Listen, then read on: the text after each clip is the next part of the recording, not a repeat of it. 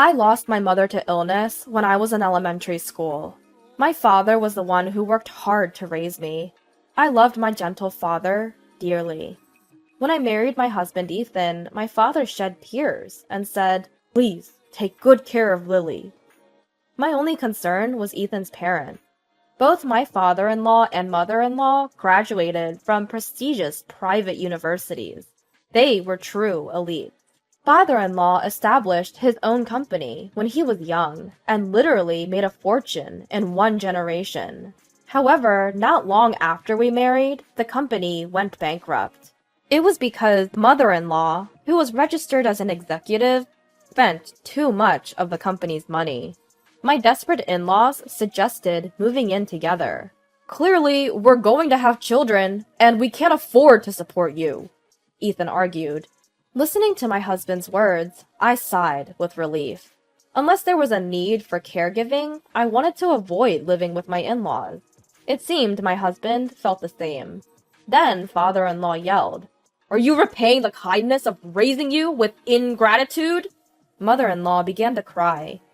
"This is what happens when you marry a woman from a poor family. You've become rotten to the core."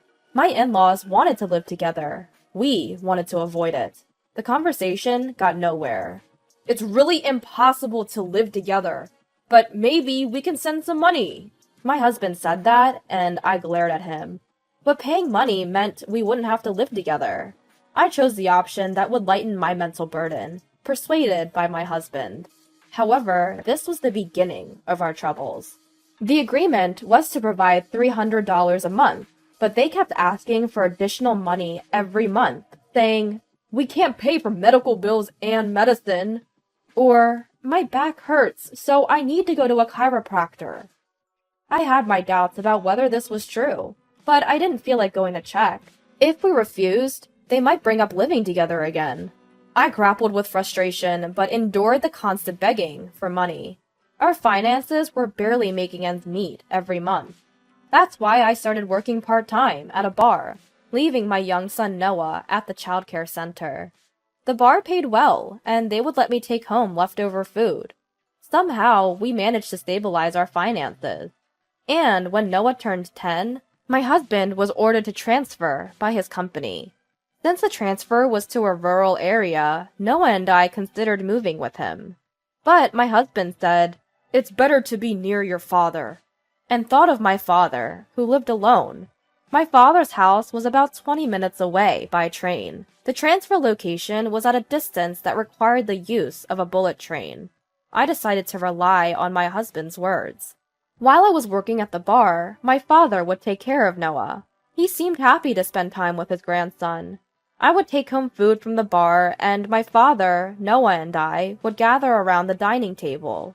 Noah, who never warmed up to his paternal grandparents, was unreservedly affectionate with my father. My humble and grandson-loving father, on the other hand, was the complete opposite of my in-laws. They would brazenly claim to be my parents and eat and drink as they pleased at the bar where I worked, leaving without paying. I paid all their bills. They didn't come often, but they seemed to show off to friends or juniors when they did. Once or twice a month, it still hurt to pay for them, from my part-time earnings. The manager often sent something and gave me substantial discounts, saying, "You're always working hard." I want to splash beer on them someday. How satisfying that would feel. I indulged in fantasies of defeating my in-laws. In the fall of Noah's junior year in high school, preparing for university entrance exams, I received a call from my husband. "I can come home in the spring." "Really?" "Yeah, and with a promotion to boot. I really put you through a lot. Let's live happily together again, the three of us." Next spring is looking busy. As soon as I hung up, the electronic sound of an incoming call rang out. Thinking it was my husband, I answered without looking. "What?" I inadvertently let out a careless, deflated voice. "Hello, this is the city hospital?" The caller explained the urgent matter in a tense voice. My father had collapsed and was taken to the hospital. He had stopped to buy Noah's favorite pudding at a convenience store and fainted in front of the cashier. I grabbed only my wallet and phone and rushed to the hospital. Although I couldn't get many details, I was told my father was in emergency surgery. "Dad!" I called out to him, praying, "Please make it. Please." When I arrived at the hospital, I gave the reception staff my father's name. "I heard he's in surgery now." I pressed the staff at the front desk, drenched in sweat. "Please head to the 4th floor." I was directed to the operating room. The surgery wasn't over yet, so I sat on the bench, praying and waiting. Several hours later, the doctor informed me the surgery was done. The diagnosis was a stroke. There would be a slight impairment in speech and motor functions, but I was nothing but grateful that his life was spared. Dad's condition gradually stabilized. During my free time, I visited the hospital, talking to Dad, even giving his immobile hand a massage. "Dad, today, Noah." I made sure to tell Dad all about Noah. His initial response was weak, but daily rehab was fruitful, and Dad started to show signs of recovery. One day, while massaging his hand as usual, Dad weakly grasped my hand. It was the first response since the surgery, and I was so happy that I cried. "Dad, you did great." Then Dad slowly shook his head and pointed at me with the hand he could move. "Thank you," he stuttered, smiling. He should have had difficulty moving his facial muscles, yet he smiled at me. Stroke aside, Dad seemed to have aged, becoming smaller. I recalled him at the wedding. "Take good care of Lily," he had said, firmly shaking hands with my husband. Strong, dependable hands. Now they had become small, so it was my turn to protect Dad. I firmly grasped my thin father's hand, encouraging myself. I had to leave the hospital before evening as I had a part-time job at the bar. I hope Dad continues to recover. I started my job full of hope. My in-laws were the first to enter when the shop opened. "Lily dear," they called cheerfully. They brought along 2 men, a bit older than themselves. I didn't care how they were related, and didn't care to know, so I led them to their seats, following the restaurant's protocol. "As soon as you sit, order as much as you like," said father-in-law. "Don't worry about the bill," added mother-in-law, as if they won't just push it onto me again. I focused on serving them, hiding my annoyance. I'd just had good news about Dad, after all. The peaceful events at the hospital were ruined by the in-laws in front of me. Sure enough, they knew no bounds. They ordered beer, soju, sake, one after another. The table was a mess, with spilled drinks and food scraps. The 2 men they brought seemed drunk and started harassing me. "Hey, wife, bring the beer, quickly." What a shame. Our daughter-in-law here. Really, such an incapable wife. The in-laws began to loudly criticize me on purpose. I tried to hold back since I was at work, but my heart couldn't contain it. "Excuse me, customers! There are others here. Can you please quiet down a bit?" I attempt a desperate counterattack. I hoped that by speaking loud enough for other customers to hear, it would embarrass my in-laws. "It's just a party. Who cares?" That's what they mean by "you can tell where someone's from." "Look, your plate's open, ma'am." Fueled by alcohol, their remarks escalated. "It seems she was raised so carelessly because she has no mother."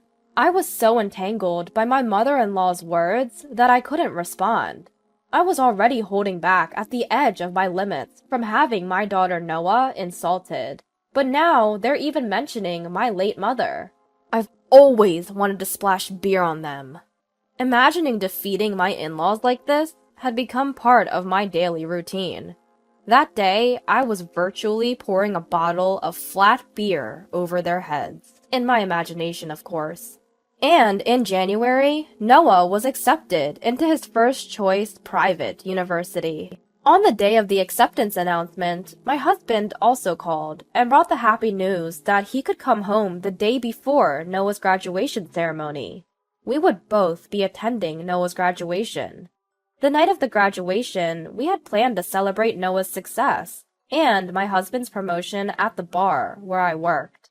But that meant we couldn't avoid inviting my in-laws. My father was still in the hospital, so he couldn't come, but ignoring my in-laws would cause problems later. I prayed that they would be busy, but if they knew we were treating them, they would definitely come. They were two such despicable people. When I called to invite them, sure enough, both agreed to come. Noah's new private university is known nationwide as a prestigious institution, and my father-in-law pompously said, "He inherited my genes." Well, see you on that day. I quickly ended the call. The night of Noah's graduation, I happily walked to the restaurant with my husband and Noah, the three of us together, after a long time. The in-laws had already arrived by taxi, I was informed. The restaurant manager had kindly prepared a private room for our celebration.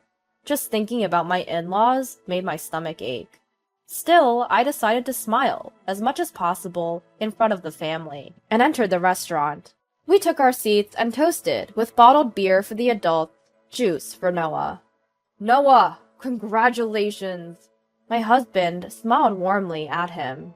"Congratulations on your promotion," I said to my husband, raising my glass. "I'm really looking forward to college in the spring," Noah exclaimed. "Here, this is from Grandpa." I handed Noah a cherry-colored envelope. Grandpa here refers to my father, of course. From Grandpa? Noah joyfully accepted the envelope. It's not much, but he said to enjoy college life. Grandpa prepared this celebration gift with a nurse's help, even though his hands still aren't moving properly, I explained. Just knowing my father's feelings was enough. I had reported to my in-laws over the phone that my father had a stroke and was hospitalized. They were out playing and only responded, "Oh, really?" Watching them, it suddenly hit me. "Speaking of which, it's really tough, huh? A stroke," he said nonchalantly. I was used to it by now, so I brushed it off. Yes, it is. But the progress is good. My father-in-law didn't seem to like my indifferent attitude and mocked my collapsed father. "It's a brain disease, right? His head's gone crazy, hasn't it?" Noah's brow furrowed as he looked at father-in-law. Quick to counter, my husband spoke up. "Is that any way to talk?" "But it's the truth, isn't it?" "Yes, it's a brain disease, right?" The in-laws were not at all shaken by their son's argument. The boastful in-laws couldn't help but enjoy the misfortune of others. "Just stop it," my husband began to say, but I held up my hand to his face. Then I splashed the lukewarm beer that was left in the glass right onto father-in-law. The flat beer left in the bottle was poured over my mother-in-law. I could endure them speaking ill of me.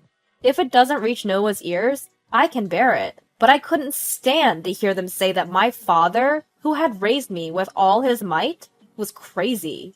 My father's hand had become so small. It was up to me to protect that hand. I glared at my in-laws. "Don't mock my father." The in-laws were at a loss for words, having beer suddenly thrown on them. "It was just a joke! Come on!"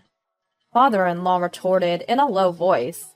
My husband then countered, "Dad? Mom?" They slowly looked up at their son's voice. "There's a reason why I invited you here today."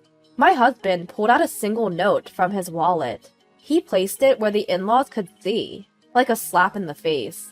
On it was a detailed list of the in-laws' extravagant spending. A bus tour with friends, luxury spa treatment, purchasing designer bags, and much more. "You can find out about this stuff easily," he said. The in-laws no longer tried to make eye contact. Everything my husband had found seemed to be true. "If you can afford to live so luxuriously, you don't need our support anymore," I quickly followed up. "No, that, well..." Cutting off father's indecisive words, I said, "You don't need it, right?" "But just the allowance," mother-in-law pleaded. "No, We won't send any more money. We're cutting ties too. My husband stated firmly. Please go home. My disheveled and soaked in-laws looked at me with stunned expressions. Please leave. I pointed to the exit and said it once again. Under the pressure of my firm stance, my in-laws slithered out as if crawling on the floor. It seemed my husband knew everything. He knew the torment I was going through. Apparently, Noah would sometimes stop by the bar to say thanks for the meals. But, embarrassed to be seen by me, he waited until I wasn't there. At that time, the manager had been reporting to Noah how I was being treated by my in-laws. It's hard to tell a child this, but please protect your mom, he was told. Noah had discussed this with my husband. My husband had declared that when he returned, he would sever ties and stop all financial support. However, he had asserted that it would only be carried out once he was back, since he couldn't protect Noah or me when he was away. And so, my husband stopped the payments as promised. Every day, my in-laws called, probably to demand the money. Before cutting ties completely, I unleashed everything I wanted to say to my in-laws. There's nothing to fear, since I'm ending this relationship. After ending the call unilaterally, I blocked my in-laws' contact. A few days later, my in-laws seemed to have asked my part-time job's manager to help them get in touch with me. They did this multiple times during business hours. The manager, annoyed, lost his temper. "Don't ever come back to our store," he yelled, throwing an empty beer bottle and chasing them out. In the conversation between my in-laws at that time, I heard words like payments and monthly installments. So it seems they are likely taking cash advances or making installment payments, unable to lower their standard of living. Serves them right. I'm now working at the second bar, opened by the manager. He made arrangements to ensure that my in-laws couldn't harm me if they came to the store. My father will be discharged from the hospital soon, and it's decided that we'll live together in this house. My husband and Noah both fully agreed. As I cleaned the room that will be dedicated to my father, I thought back to his small hands.